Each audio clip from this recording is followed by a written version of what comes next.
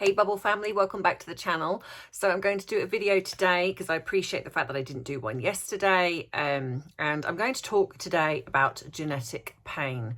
Now, I had so many people when this first kind of come out asking me about this, and I was going to do a video on it, and for some reason I didn't, and I realized that would be actually a good one to talk about, considering I have very strong opinions on it. So for those of you who are new to this channel, I am a qualified therapist and trained life coach. And so what I do here is I like to give you my thoughts and opinions. This is not therapy, but I talk about sort of things that I see in the media, and I give a kind of a therapeutic perspective to, so to the things that I actually have, it piqued my interest. And I like to kind of just, for entertainment purposes, just, I talk about celebrities, and obviously for the most part, if you've seen my channel, a lot of it is about Harry and Meghan. I appreciate this is not for everybody, but they do seem to be a psychology dream, because there is just always something that I feel we can talk about. So if you want to join me in this video, please do. I would be very grateful if you would give this video a thumbs up if you like it. If you'd like to subscribe to the channel so you don't miss future uploads, I'd appreciate that too. But if not, I'm just glad that you viewed it. And so if you don't know by now, grab your drink of choice, whether it be tea, whether it be coffee, whether it be a glass of juice, whether it be today, I am drinking an energy drink because I am suffering from the menopause and I am so tired. So I have been sent a lovely, some powder, which I can mix into water from a lovely subscriber. And actually it does really help. So whether you would like to add a little something to that drink, because like I always say, it is 5 o'clock somewhere and it's a Saturday. So why not? So grab that drink and let's dive right in.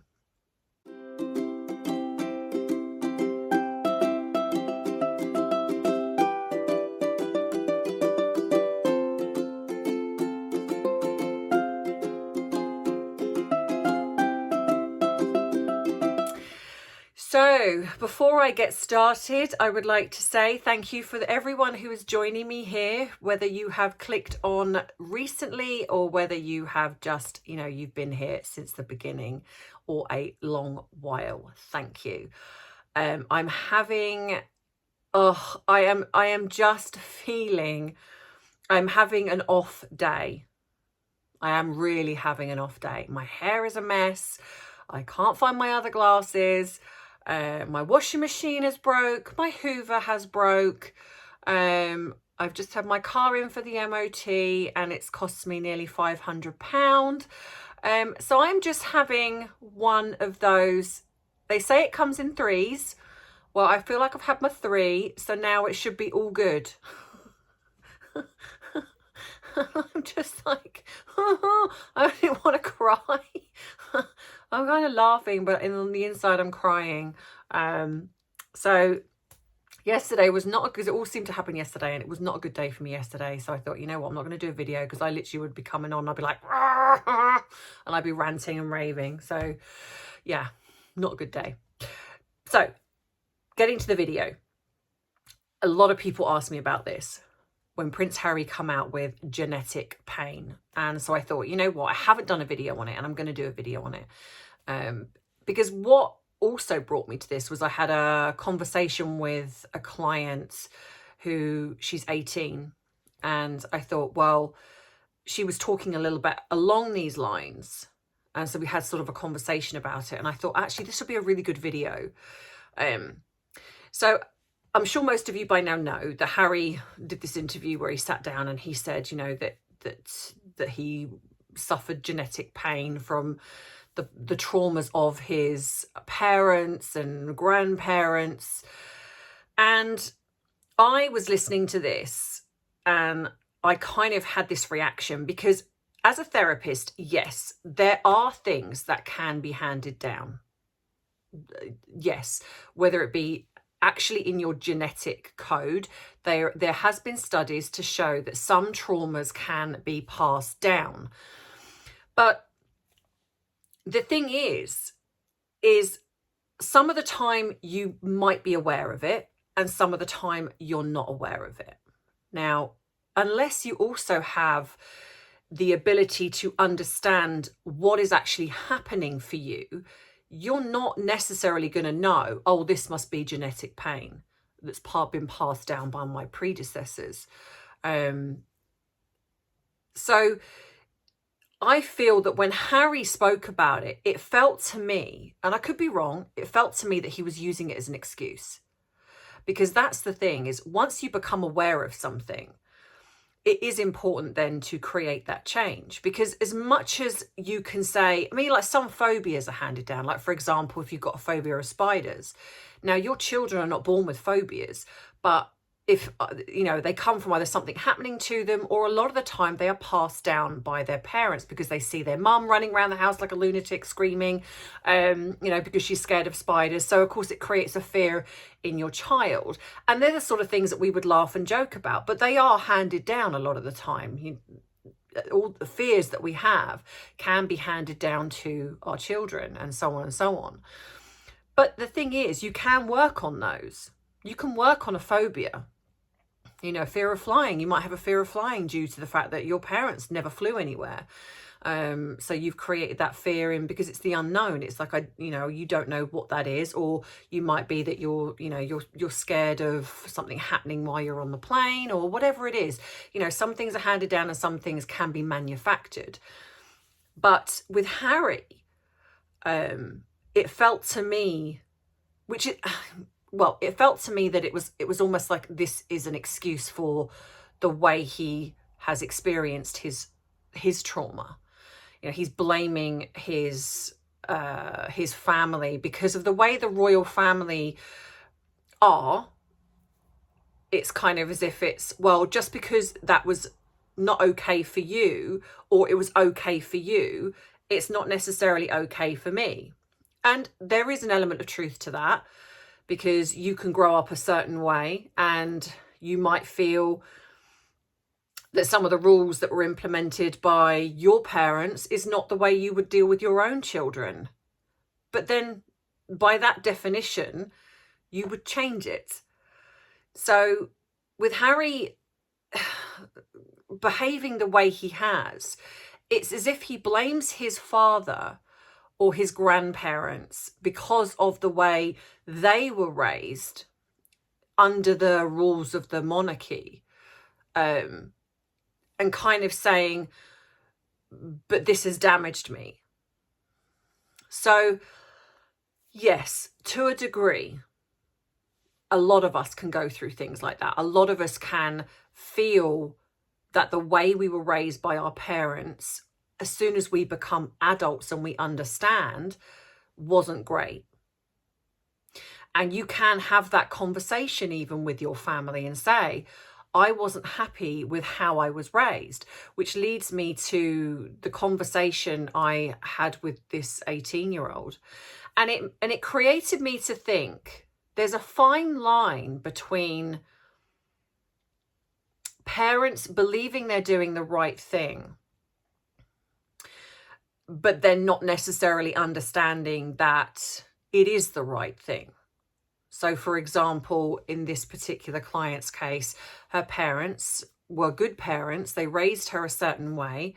They pushed her to excel at school, always kind of giving her that positive reinforcement whenever she did well. But what they didn't notice was that when she didn't do as well, she didn't get that same positive reinforcement. So what that created within her is that when she does really well, her parents are proud of her, but when she doesn't, they're not. So it pushed her to feel that she always had to be the best at something, which then created pressure, which then created anxiety, which then led to other sort of behaviours that came out that were quite self-destructive, because she felt that she was always disappointing her parents. Now, that's not to say that her parents were necessarily doing the wrong thing, because they were only doing what they believed to be right. You know, I would want to encourage my children, which I'm guessing they felt that they were doing. They didn't realise that underneath that, what was going on for her was that she was feeling this enormous pressure to be the best in her class, to be the best in a subject. If she didn't get A's, then she wasn't going to get that kind of I'm proud of you moment. And so I think there is a definite fine line between the way we can encourage our children to, is there a moment when we can push them too much and create this pressure and anxiety, to then the flip side with Harry, people like Harry, who have gone, in his eyes, have said, the way that you were I was raised in, the way the family were, the monarchy, has damaged me. And what angered me is that, firstly, I work with a lot of people that have these similar feelings to their families, but it's taking responsibility. What Harry hasn't done is considered that, firstly,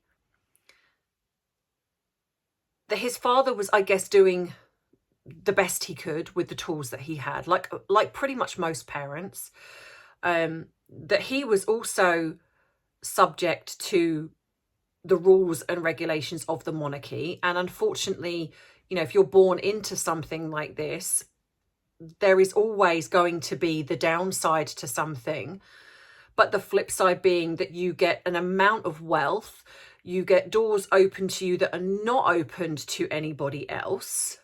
So there's kind of the polarity, but also the fact that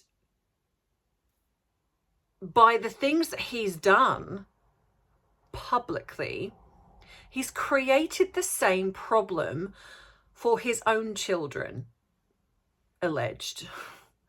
Because let's face it, we don't know. But let's hypothetically say that that they are around.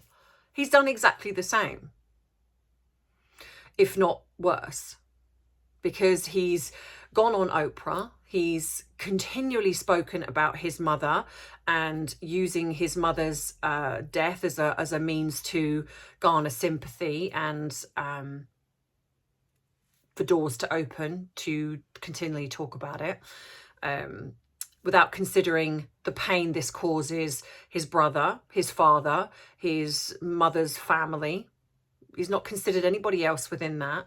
He's not considered the fact that at some point his children are going to be older and they're going to see the things that have been said on Oprah, the Me You Can't See, the things that's been said about the family, which could then in turn create pain for his children. So if he wants to talk about genetic pain, as in like handed down trauma or handed down issues, then he's followed that on. He's done exactly the same. So rather than thinking, okay, this is a thing, because I'm guessing this is kind of the discussion that he's had with a therapist, and I'd be interested to kind of know if the therapist put that in his head, which they shouldn't do, because I don't necessarily believe that that's something that Harry would have necessarily come up with himself, because it's very much a therapy speak, therapy words, genetic pain. A lot of therapists might use that. It's not necessarily, I don't think I've ever had a client, and all the time I've been doing that's come to me and said, do you know what, I think I'm suffering from genetic pain from my family. You just don't talk like that. So this feels to me that this is something that the therapist has possibly put in his field of awareness, which is dangerous. So this is when therapists sometimes don't realize the amount of power and influence they might have.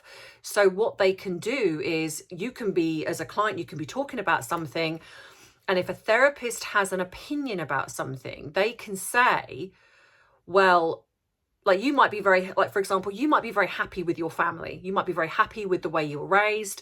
But if a therapist then listens to what you're saying and thinks, well, that's not right, it doesn't matter that you've not said it. If they say to you, well, I feel that was abusive and that's not right, what that then does is it then puts it in your field of awareness, something that wasn't there before, where you can then think, well, what's wrong with my family if that was abusive? And then you start kind of looking for things that okay, might have been there or have never been there. And then you start then picking holes in your childhood, which could actually be traumatizing. So the whole point of a therapist, in my opinion, and every therapist works differently, is that you allow the client to come to you to discuss things that are affecting them. You listen, you observe. Now, if they are coming up with an issue, then you explore that issue.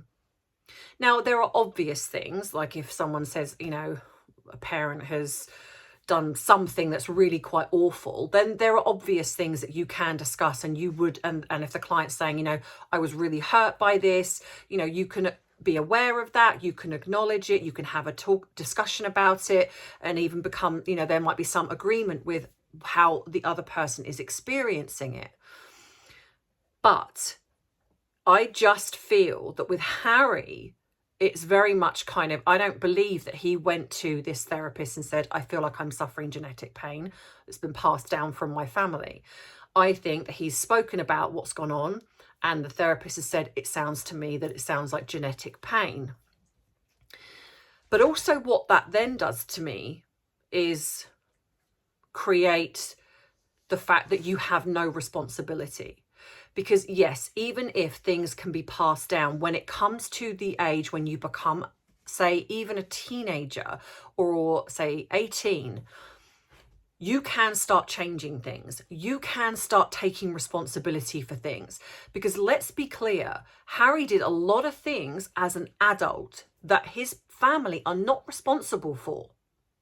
You can only be responsible for perhaps the things that you've done when you're raising them as children, because children have to follow rules, they have to follow guidelines. Oh, hello, Arthur, are you video bombing me again? So you have to take those things into consideration. But when you become an adult, you are then responsible. So if you feel something isn't right, you can work on changing that. Now, it might still be that you're living under the family roof, but then it becomes about knowing. So it's like, even if they do something, you can kind of go, you know what, I know that's not right. I know that doesn't sit with who I am as a person, but I understand that I've got to live under the house rules. So I will do what I can to adhere to that, but I just know that this is not who I am as a person, and you can trust in that. It feels to me as Harry's used this as an excuse to explain behaviour. And as a man who's nearly 40, who's still doing the same type of things, you cannot say, or he shouldn't say, well, this is the fault of my family. It's almost as if he idolizes, he's put his mother on such a pedestal that it's not even realistic. His mother wasn't perfect. No human being is perfect. We're all flawed. It's just sometimes whether or not these are the flaws, if these flaws are something you can live with. But it feels as if it's that, like this almost like martyrdom of, almost like a shrine to his mother. What happened was awful, but he is not the only child in the world to lose a parent. And in fact, some have lost both parents, entire family members, but they still have managed to go on to lead a relatively normal, healthy life, become emotionally healthy individuals. But Harry hasn't. I believe he suffers from something which a lot of people have picked up on, which is true arrested development, which means to me that he's stuck in a kind of a young age, whether it be he's stuck in around the age of when this trauma happened.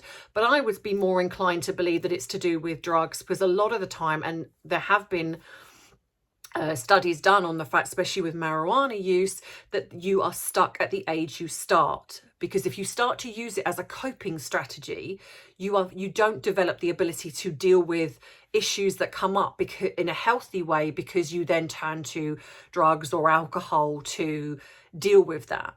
So you're kind of stuck at that age. And if you look at Harry's behaviour, he acts as if he's a petulant teenager. that to me is how he behaves. Very stroppy, very moody. The responses into the way he's dealt with his family, it's like acting out, angry, hostile, nasty even. These are not conducive to a healthy, emotionally healthy, functioning adult of nearly 40 years of age. So I think, and then also like going back to kind of with what my my client was saying, I think communication for me, like for example, many of you I know on here have children, grandchildren, etc., family members. Communication is everything. And it's really important that you allow a space to have that communication, but also to listen to how the other person is receiving the information. So for example, I recommend sitting down as a family to discuss issues that come up. Sit down, you've all seen me do the talking stick before, the talking spoon, should I say. Develop something that you can, with the kids, decorate a wooden spoon. If you're having issues with with family members and you've got young children, sit down at the dinner table, whether it be once a week, once a fortnight, and get your kids to decorate a talking spoon. And then you hand the spoon to somebody and you get them to talk about how they feel. And it's really important to own it. So instead of saying, you made me angry, you say, I felt angry when you said that, or when you did that, and this is why. And then you talk about it. And then you allow the other person to speak and say, okay, I get that you felt that way. Either it wasn't my intention, I didn't mean to create you to feel that way, but why were you angry? What were you angry about? Now, I'm not saying that you've got to talk exactly the way I say it. I've had a lot of training and I work with people to that degree, but it's really important that you own your own feelings and you don't make it somebody else's fault, because it's not. They're not responsible for how you feel. They might be responsible for saying something and then you've reacted to that.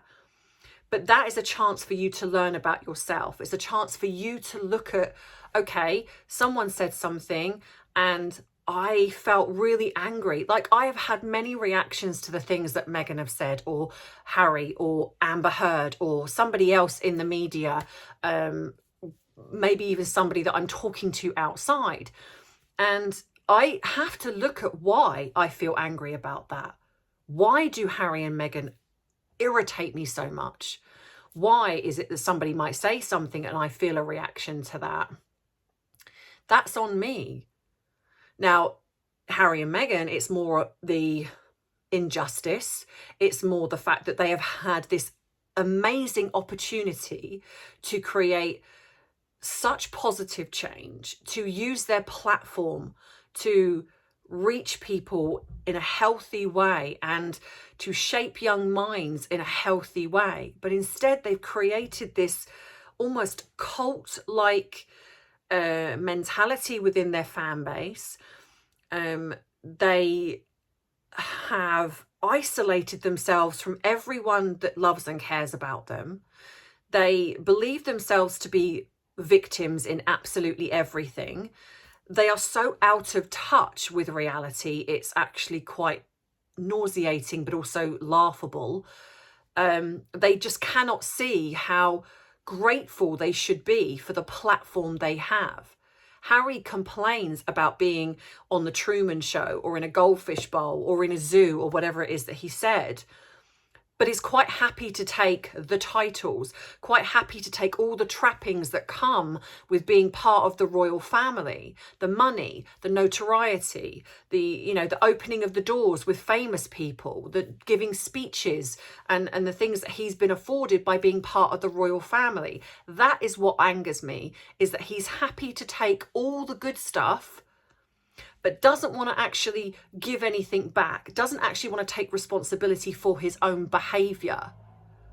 He's never acknowledged really that he dressed up as a Nazi and how offensive that was. He's never really acknowledged that he called one of his friends a derogatory name, and lots of the other things that he's done. He's never taken responsibility for that. Every time he's given airtime, It's, oh, my mother, the death of my mother, and oh, poor me, and I'm, you know, my family is so mean and nasty, and, you know, and and it angers me.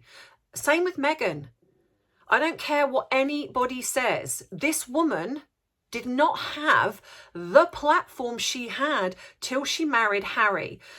Variety magazine was not knocking on her door. Vogue was not knocking on her door asking her to do a piece on and do the front cover. Oprah was not knocking on her door saying, oh, come do a sit down with me and have a chat. Ellen was not knocking on her door. Nobody was knocking on her door, even when she was in Suits. Hollywood was not. Disney, not. Nobody, not. She married Harry, and this gave her the platform which she could have used in the most amazing way.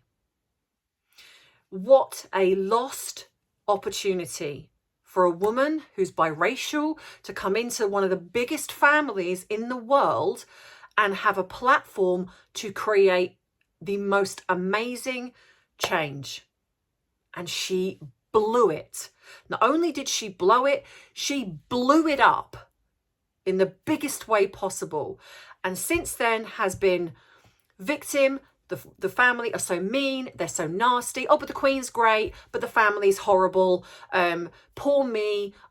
But yet happy to take the money, happy to still use the titles. We want privacy. We don't want to be in this goldfish bowl. Oh, but hang on a minute, I'm going to this celebrity thing and please take my photograph. Or I'm going to go on Oprah and, you know, for millions to watch. The hypocrisy behind these two is astounding. And what angers me is the media still keep blowing smoke up their asses, and it's wrong. It is about time that people, and I mean everybody, called them out, not just the select few people like Megyn Kelly, Candace Owens, you know, and various other people that actually call them out. Everybody should start calling them out. And I'm glad that people are starting to open their eyes a little bit more, but it's not enough. I think those titles should go. I am insulted. I'm sorry, I'm ranting now. I realise I've gone on a rant. I'm insulted by the fact that they are the Duke and Duchess of Sussex. I live in Sussex. You know, it is an honour to have a member of the royal family as part of our county. Everyone else now, it's like, you know, Prince and Princess of Wales. They've gone, they've visited Wales, they've shook hands with people. What do we get?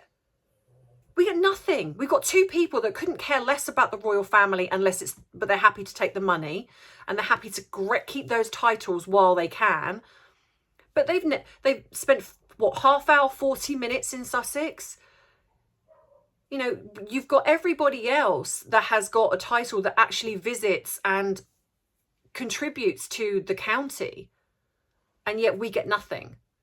And it angers me that the royal family can't see how insulting that is. And then on top of that, we've got a fan base that call themselves the Sussex Squad, who are just the most vilest, nastiest bunch of people that I've ever had the displeasure of connecting with when I was on Twitter. And to me, change your names to the Montecito Squad or something else. Leave Sussex alone, because we're now associated with those.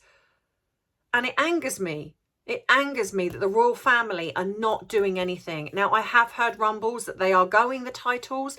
Things are being put in place. And I hope that's true, because to me, they should. Now, I know that means that she might be called Princess Henry of whatever, but you know what? Don't care. I just want the Sussex titles to go, because I don't want to be associated in a beautiful county that I live. And I know that pretty much most people of Sussex feel the same, that we are associated with those two and their cult fan base. So, yeah, that's my rant over with. So yeah, so getting back to kind of what I was saying. So just, yeah, communicate. If you're having issues, sit down with your family, communicate, talk about what is going on for you.